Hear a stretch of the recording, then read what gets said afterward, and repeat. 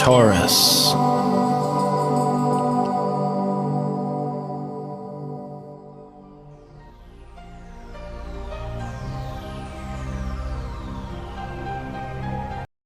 Hello and Happy New Year 2017, Taurus. Listen, I'm doing this as a podcast. I wanted to do it on video, but I am in the preparation of getting new camera gear and whatnot. Not too happy with the old camera anymore. So we're going to go through what you can expect here month by month. I hope you got your pen and notepad out. We got dates. We got information for you. We're going to be looking through all the retrogrades when they start and when they end, where they're showing up in your chart. We're going to follow also Mars. That's typically what I like to do when I'm looking out throughout the year. Why? Well, Mars shows us our direction, our goals, and where our physical energy can be expressed. And since it takes Mars 2 years to go around the chart here throughout 2017, it will be moving through 8 of your 12 houses. Actually, 8.5, right? So we're going to focus on where Mars is going to be showing up and when it changes signs and so forth. So yes, let's get a good look and a good start at it. First and foremost, just starting off here on New Year's Eve, looking out towards 2017. We have Mars and Neptune conjunct, meaning that your energy is really now tightly bound up towards your hopes, dreams, and visions. Neptune can dream up a storm, right? It's time to dream big. It's time to put down your intentions for the new year, and there's no better way than starting it off with a Mars Neptune. Just make sure that you're clear about these dreams and ideals, right? Because Neptune can get muddled and we can have illusions tied into it.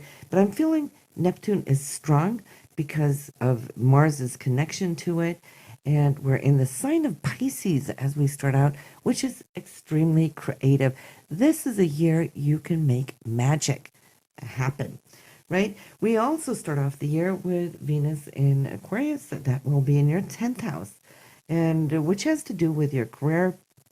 If you're thinking about you're wanting to make any changes or that you're wanting to focus on career, well, this is a good time to start off the year in this fashion. The Sun, Mercury, Pluto, 9th house, higher understanding. It has to do with research, also education, travel, and that. So you might just come to see that that might just be a part of those intentions, right? If you're wanting to travel more, you can make it happen this year.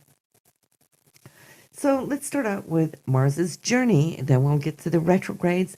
But since it is in your 11th house, it will be here until January 29th, okay? So the first part of the year, it's all about now figuring out what it is, where you're wanting to shine it.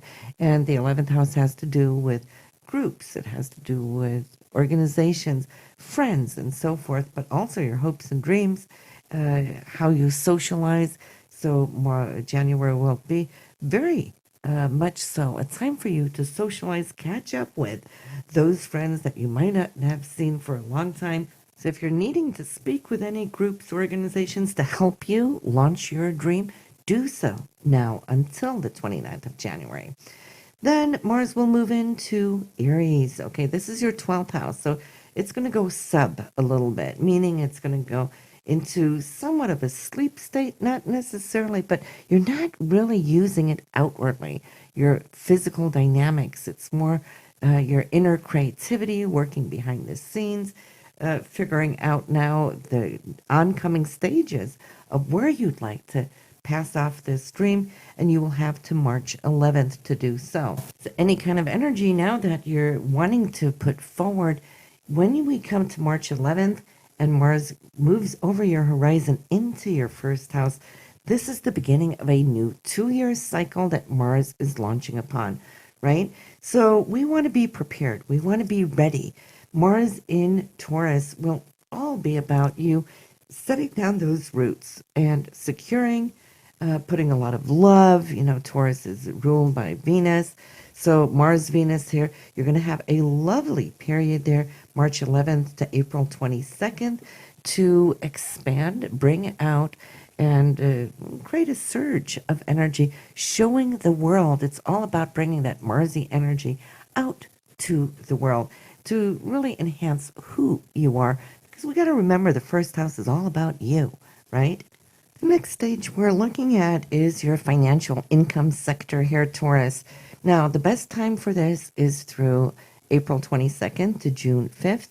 So this is the time you're going to be crunching numbers, looking at what income you're getting and how this money is working for you.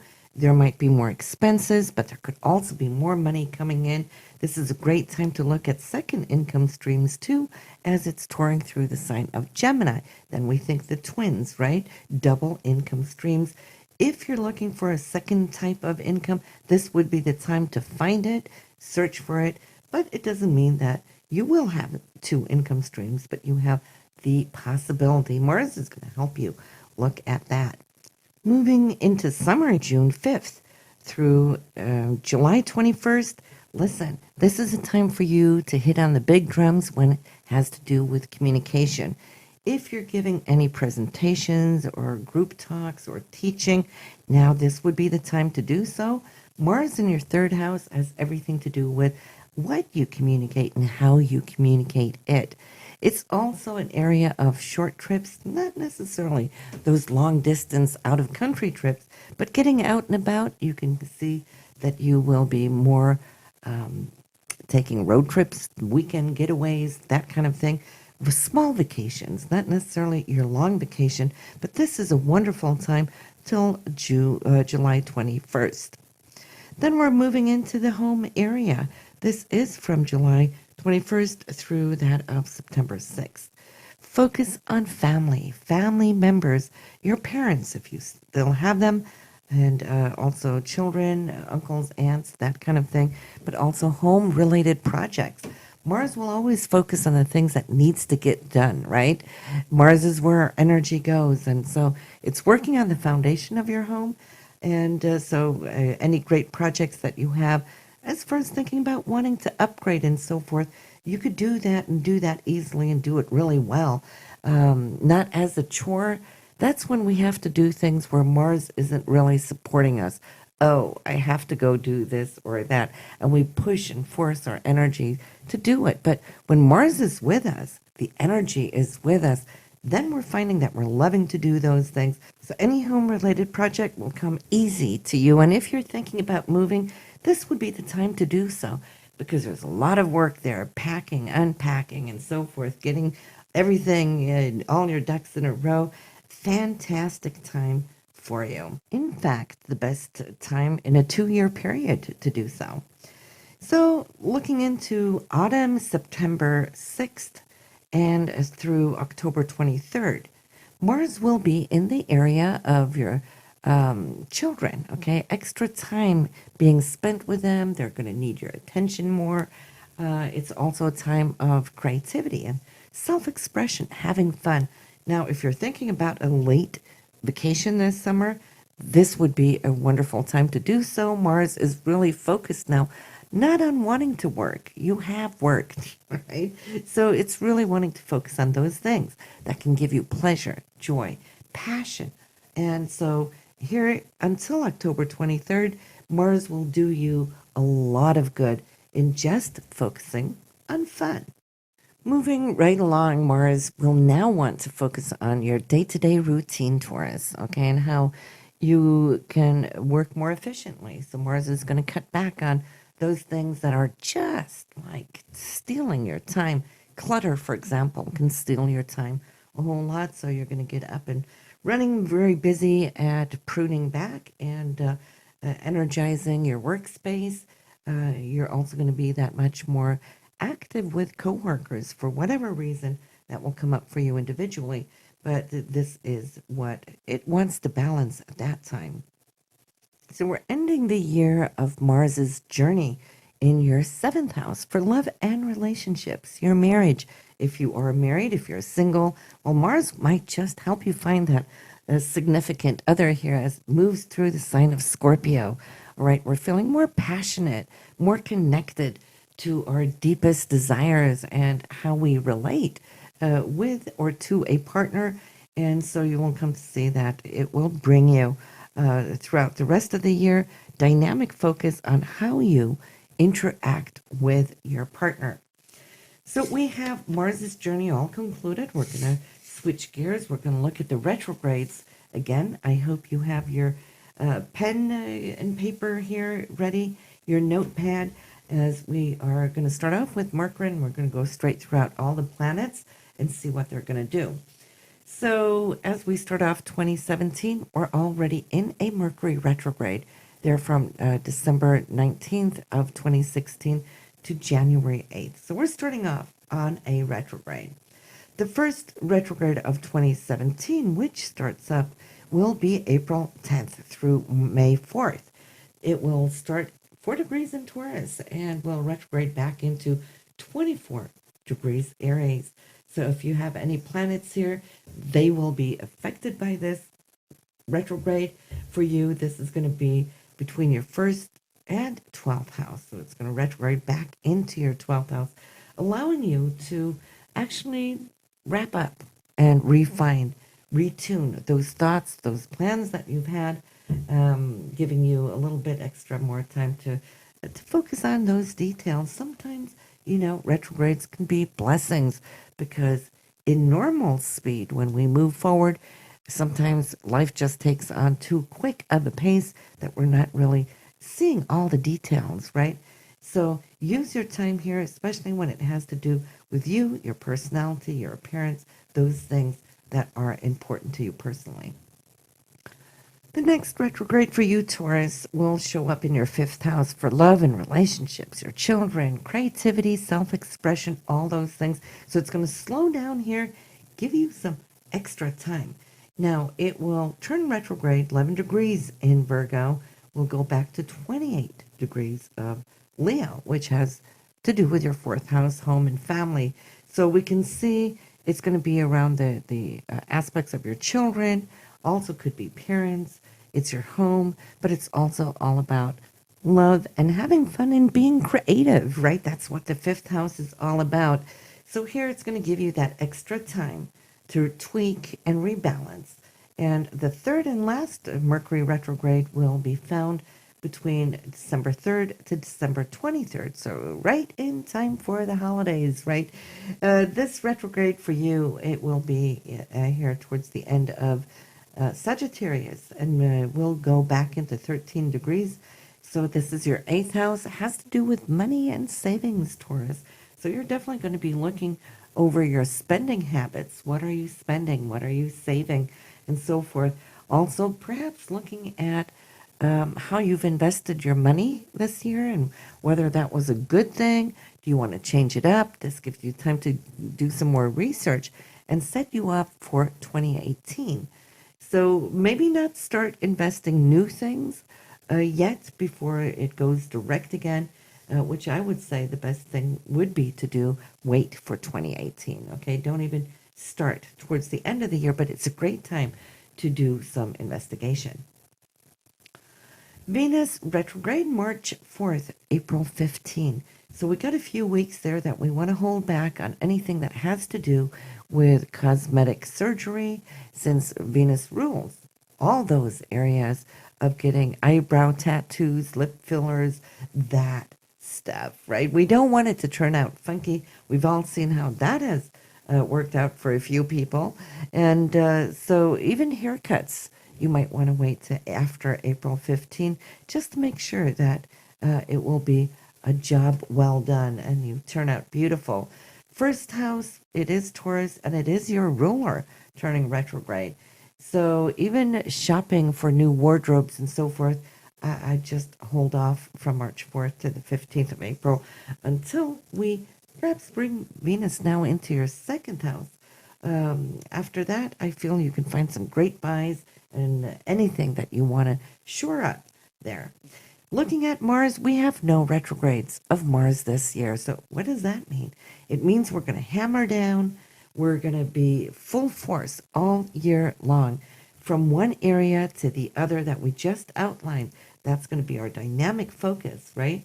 So no hiccups, no delays. Mars is doing absolutely great. But Jupiter will retrograde from February 6th to June 10th. All right, and this is going to be in the area here for you in your sixth house of your day to day routine. So, what will that do? It will slow things down, allowing you more time to focus on how you want your daily schedule to look like. This would be a time, perhaps, to get into certain programs for your health, for example. Sixth house rules that. It rules diets, what you eat, working out. It also has to do with clutter or no clutter. It's all about organizing your life. If you feel that your life has become a little bit disorganized, Jupiter can help you straighten it up, get it all on track. And it gives you quite a bit of time too, right? We have a few months here.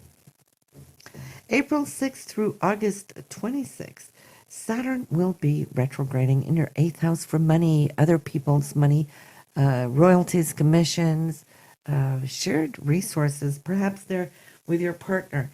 This is going to be the time that you karmically always think about Saturn and karma, where you will be negotiating, renegotiating, looking over expenses, your savings, how you're sharing it. Is it fair? Then it's all good. If it's not fair, well, issues will rise at that time. If you have been waiting for royalties or commissions, it could slow down. I would say expect delays. So try to push for it prior to this time, prior to April 6th, to make sure that you have what you need to have. If not, well, then we just have to wait for autumn to come around. Uranus, which currently is in your 12th house, Uranus stirs up everything it touches, right? It wants change, creates change. You have that in your 12th house here, and that is your subconsciousness. It is your spiritual inner self. You've been changing a lot, Taurus, these last few years, the way you see yourself in the cosmic whole. Now, when it slows down, August 3rd through the rest of the year, well, it will give you a little bit of break. So if you feel that things have been really on the fast-paced motion, well, you will get somewhat more of a rest here, not really feeling that you have to push, right? Neptune, June 16th through November 23rd in the sign of Pisces. So this is your area of hopes and dreams. And Taurus, you have been dreaming. You've been dreaming up a storm. You've been attracting new friends, haven't you? Friends that think differently than your friends of the far past. It may be more artists coming into your life. Maybe you're expressing more artistic skills and so forth too. Well, now when Neptune goes retrograde, you might just feel that this area is slowing down. There won't be that full stream of new people coming in. It allows you to spend more time with those new acquaintances that you've already now sampled in. The last retrograde we're going to be speaking of here now is Pluto. Pluto currently in your ninth house. This is the area that is being transformed in your life. The way you think, your higher thinking. Again, we're talking about your place in cosmos, right? That has also been changing, just like Neptune has been giving you spiritual urgings and Uranus changing things up subconsciously. Pluto here is looking at how you can change the way you look at the world at large. It rules foreign places, people, and so forth. It rules publications. If you're wanting to publish, needing to publish something, Pluto is here. Things slow down under a retrograde, but it gives you time to more go within. It's not that time to really forge outwardly, but look at your inner way of your higher philosophical thoughts. I see that you could be maybe prone to pull back a little bit more. You're not as outgoing, feeling the need to push forward. So it's more of a calm period, especially because also we have Neptune retrograde, so it is sleeping. Pluto will be sleeping here around that same time, and Uranus too, for the remainder of the year. So those three outer planets aren't really doing much as far as forging ahead out into the world. It's more the inner journey. Sometimes we take a walkabout in our own minds, and that is what, and where Pluto will be transforming you. We have a couple of minor eclipses here this year. More on that when we get into 2017. But there's one eclipse they're already talking about, and that's the total solar eclipse of August 21st. So we'll be speaking of it too, but it is going to be beautiful because why? They're not always seen from where we live. Sometimes it's only visible at the other side of the planet. Here it's going to be most likely seen all over North America. So more on that when we get a little closer in time, but I thought I would add that in here. So this is what we have, what you can expect 2017 here, Taurus. Make it a wonderful year. I wish you the best of all wishes for it to be successful and very productive for you. Thank you for listening, sharing, and liking, and I will see you for your January 2017 forecast coming up soon.